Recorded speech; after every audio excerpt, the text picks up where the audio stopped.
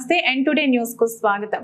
పల్నాడు జిల్లా గురజాల నియోజకవర్గం పిడుగురాళ్ల గురజాల నియోజకవర్గంలో 2024 ఎలక్షన్స్ లో తెలుగుదేశం పార్టీ అభ్యర్థిగా ఎరపతినేని శ్రీనివాసరావు అనే నేను ఓడిపోతే రాజకీయాల నుంచి తప్పుకుంటాను. ఇదే 2024 ఎలక్షన్స్ లో వైఎస్ఆర్ కాంగ్రెస్ పార్టీ అభ్యర్థిగా కాసు మహేష్ రెడ్డి అనే నువ్వు ఓడిపోతే రాజకీయాల నుంచి తప్పుకుంటావా అని బహిరంగ సవాల్ విసిరిన ఎరపతినేని శ్రీనివాసరావు టైం 1 గంట అయింది. 2 గంటల లోపల నేను విసిరిన సవాల్ని స్వీకరించి ప్రెస్ మీట్ పెడితే పెట్టుకో, లేకపోతే నోరు మూసుకుని కూర్చుని ఉండు అని కాసు మహేష్ రెడ్డిని హెచ్చరించిన ఎరపతినేని శ్రీనివాసరావు, నీకు నిజంగా దమ్ముంటే నువ్వు కాసు బ్రహ్మానంద రెడ్డి వారసుడు అయితే నేను విసిరిన సవాల్ స్వీకరించు అని ఎరపతినేని శ్రీనివాసరావు అన్నారు.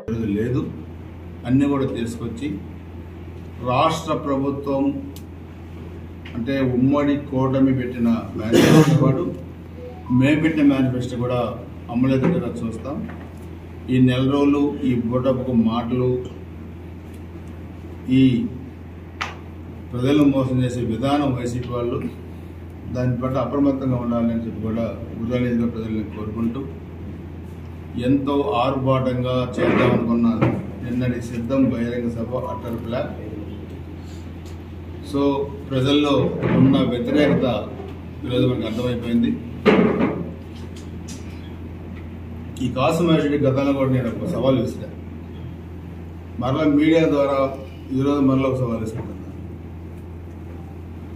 నేను పెట్టిన వ్యక్తిగతమైన సూపర్ 6 మేనిఫెస్టో దాని మీద విమర్శలు చేస్తున్నాను. నువ్వు నేను విమర్శలు చేసుకోవటం కాదు, నేను విసిరే సవాల్కి నువ్వు ఆన్సర్ చేయండి. రాజకీయాల్లో వచ్చే ఎన్నికల్లో నేను ఓడిపోతే రాజకీయాల నుంచి మానుకుంటాను. నువ్వు ఓడిపోతే నువ్వు రాజకీయాలు మానుకుంటావా? నీకు నాకు ఇదే సవాల్. నీకు దమ్ముంటే 1 అవర్లో దీనికి సమాధానం మళ్ళీ మీడియా ద్వారా చెప్పు. ఇద్దరం కట్టుబడి ఉందాం. ఇద్దరికి ఎవరిలో ఏది జరిగినా ఇదే చివరి ఎన్నికలు కావాలా?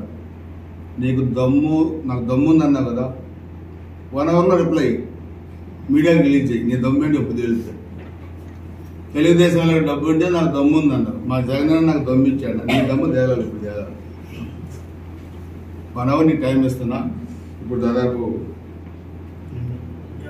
12:50 అయింది. 2 చెప్పు.